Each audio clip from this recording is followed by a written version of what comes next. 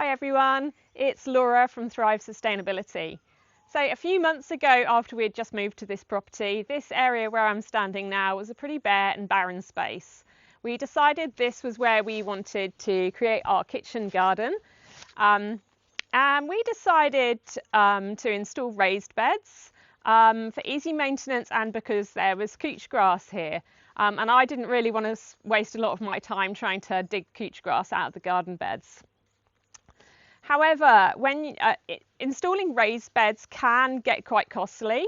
Obviously, you may need to buy the actual garden bed surround, which we did with our square beds here. We have got the two round beds that we actually repurposed an old leaky water tank that wasn't holding water anymore. So we cut that into three and we've created round raised beds out of that. So the surround doesn't have to cost you money if you can source something secondhand. However, filling those beds, if you're going to have to go and buy in ready-made soil, can get quite expensive. So I decided to use a method that we'd used back in our other property in Chittering that had also proven really effective in the hot, dry climate that we have here north of Perth in the wheat belt. So the method we've used here is based on Hügelkultur. Now, Hügelkultur roughly translates to mound culture or hill culture, where logs are placed on the base of the bed and then various layers of organic material are layered on top of that, and it creates a mound.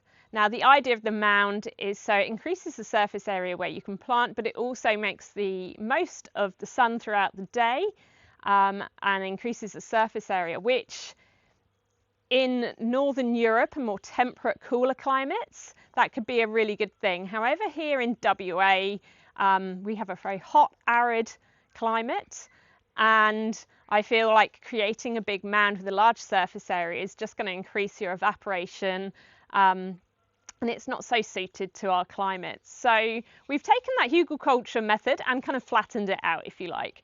So in our beds, we've actually laid large logs on the base of the bed, followed by kind of larger sticks and twigs, and then we've layered, we've put in layers of organic material, as you're going to see throughout the video, and finished it off with some topsoil. So the real advantage to this method is those logs at the base of the bed act like a sponge, and they hold the water and slowly release the moisture as it's needed. So that part of Hügelkultur is really suited to our hot, dry climate here, especially during our hot summers. So the next advantage is you create really healthy living soil that's full of microbial activity. This method is like composting in situ. So you're not only getting to reuse a lot of materials and prevent waste from ending up in landfill, but you're also really saving a lot of money too. Okay, so we made a start with this bed. So the first layer is some really nice big logs that I've picked up that we've been clearing up from around the property. And I've laid them in the bottom of the bed. Now, in between the gaps, I've also been throwing in some kind of mulch here that I've been clearing up from around the base of the trees. Okay, now, of course, if you don't have big logs, use wood of any size. Okay, so now in between these logs, I'm actually going to start laying some of these smaller branches and sticks.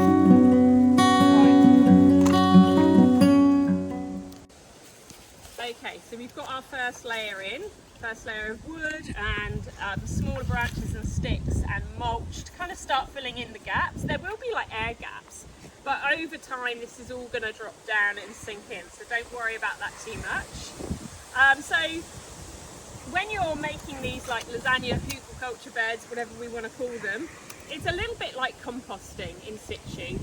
So you want to have a good ratio of browns to greens. So browns being the carbon rich material like wood and wood chips, dry straw, anything brown in colour basically. Apart from manures, they're more green. So the greens are things that are really rich in nitrogen. So yeah, you want to have, kind of think about just having a really diverse mix of ingredients and a similar ratio to what you would do with composting. There is nothing in here for you. Okay, so the next layer is actually going to be, this layer here is obviously full of carbon, the wood, so the next layer is going to be the greens. As the wood rots down, it's actually going to be using and needing a lot of nitrogen, so I'm going to follow up with a really nitrogen rich layer of like these weeds here that we've pulled out of like a garden bed elsewhere. Now, if you are putting in weeds, some of these have got a few seeds, although the seeds aren't mature, but because it's going on quite one of the bottom layers, even if your weeds do have like seed heads, you don't need to worry too much because it's just going to be buried too deep for those seeds to germinate anyway. Whereas when you get to the top layers, you don't really want to be adding in things that with weeds where the weeds are going to germinate and you know, be annoying in your bed. So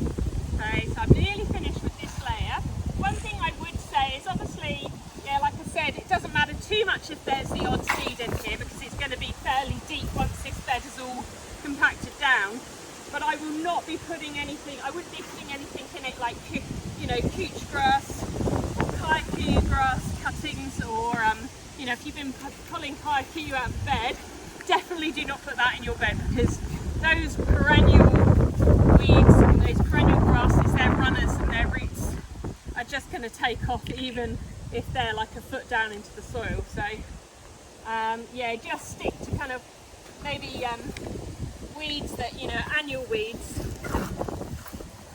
One of the reasons we're actually doing raised beds in this garden is because there's couch grass on the ground, so we're kind of, it's going to be easier for us to keep these beds weed free and keep couch grass out of them.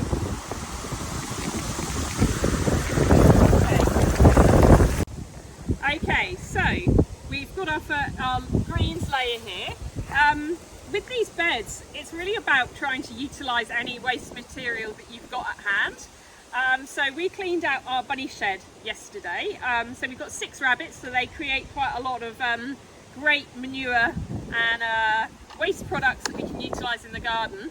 So like I was saying, we want a mixture of greens and browns materials in here. This is kind of a mixture of both because we've got their manure and we've got like the dry hay and shavings and like hemp bedding that we use in their litter tray. So we're going to be popping this in as well as the next layer, and it's quite good because it will probably sink down in between the gaps.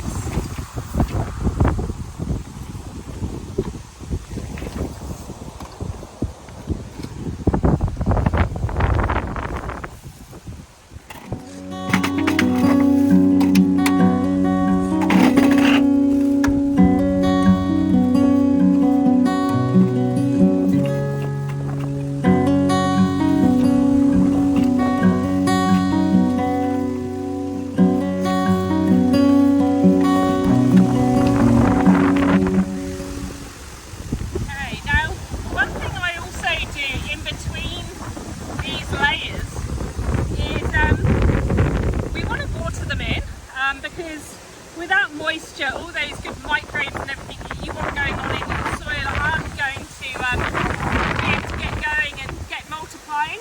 But also one thing you can do to really help feed and encourage microbes, all those beneficial bacteria and things in the soil to kind of take off, is actually using molasses. So I've got a watering can, and it's got a mixture of water and molasses in here. So I'm just going to water these layers in with this mixture, and that should really help. And you can do this in your compost as well using molasses. You can normally pick it up at stock feeders where they sell it for animals to sometimes for getting them to drink. But yeah, so I think that's where I picked my molasses up from. So it's another day, and we're going to add another couple of layers to our garden bed here. This time we've actually got some wool. Now, back where we used to live in Chittering, there was a lot of people that had alpacas and sheep, and they were just pets, but of course they still need shearing, and they didn't really have any use for the wool. And some people would just end up taking it to the dump, which was a real shame, because wool is actually an amazing product for using in the garden. It's really rich in nutrients and amino acids, and it's also excellent at holding water. So it's a really good addition. You can actually use it as mulch. So say if this garden bed was finished, we could just mulch it with wool like this. But I'm just using it as one of the layers in my garden bed here, and you'll think, goodness, it's looking a bit full, but don't worry, this is all going to keep dropping down and compacting down. I've also got some kitchen scraps today. I kind of just been throwing these kitchen scraps, like coffee grounds and eggshells and veggie scraps there. They kind of get thrown in as and when. And we've got a nice big sack of seaweed as well, which I'm going to spread on top of the wool here. And then once I've done that, again, I'm going to give this all a really good water down with the hose. With the other beds over there, I was quite lucky. We were getting lots of rain, but I'm not sure. We might get some rain tomorrow, so I might leave it for the rain to do its job. But if not, if you're doing this, creating these beds, and it's dry, you're not getting any rain, you need to kind of be watering in these layers as you go. So I'm going to keep spreading this seaweed. And again, seaweed, just like the wool, is really full of nutrients. Seaweed is also excellent at helping fix water repellency. So you can use seaweed as mulch, or you can use it in your compost, or as we're doing here, kind of composting in situ with these beds, with these Hügelkultur inspired lasagna no-dig beds, whatever you want to call them. But it's like composting in situ, like it's composting in the garden bed here. So yeah, this seaweed is great. I'm kind of lucky we live near the sea, so when we go down there I can collect a bag of seaweed. Some people said, oh, are you allowed to do that? Yes, you are, but seaweed does have bag limits actually, just like fish do. You can't just go down there with your tractor and, you know, pretend you're someone from the council and scoop up heaps of seaweed. But it's perfectly okay to collect seaweed. But I just check with your local council, because I have heard somebody saying that they live down near Rockingham, south of Perth, and their local council had decided they didn't want people collecting seaweed. But most places it's fine. But you can kind of check up with your local council and the same website where you find out your bag limits for the fish. I can't remember off the top of my head. I might try and pop in a link later. You can find out the bag limits for seaweed. So again, that's another great layer to the garden bed, and it's kind of looking full, but once we've watered it down, there's going to be room for some compost kind of soil on top there. So that's probably going to be one of my final layers now, and then I'm going to top it with some compost, and then it should be ready to plant. So that's another layer done. So the beds you've been watching me build here are now finished and have got things growing in them. We started filling them back in August and it's now coming to the end of October. So I'm going to show you the finished product. So this is the bed you were watching me fill. We've also got one next to it there that I've already planted some tomatoes in. This one here we've put in asparagus crowns. We've also got some sunflowers growing in there that are kind of doing pretty well. But yeah, I wanted to show you what the top layer was. So you could, with these beds, go and buy yourself a kind of a ready-made vegetable soil mix. If you are doing that, I would caution you to do your research, ask around and get some reviews from the supplier that you're purchasing it from, because there are some great products out there, but there's also some not so great products out there. I've used Green Life Soil in the past. They're based in Perth. They do make really good soil mixes, so I'd recommend them. I don't take payment for any of my recommendations. It's just that I know those guys and they do a really great job. And we've actually just purchased some compost, some pure compost from Joe and Robert Jerobi Compost. And we've mixed through a little bit of yellow sand that we had on the property already, and we've also added in rock minerals and zeolite. So that top layer is gone in, and you would have noticed when we were filling these beds, they were looking like they were almost kind of full to the top. But like I said, that all those layers compact down and drop down, especially as you water them in. And now we've just got this nice topsoil. So whether you're buying soil in or kind of creating your own like we have done, you want to have a nice textured soil. If it's dark in colour, that's a good indication that it's got enough organic material in there, and you should be able to kind of mould it into a ball, but then it should just crumble away.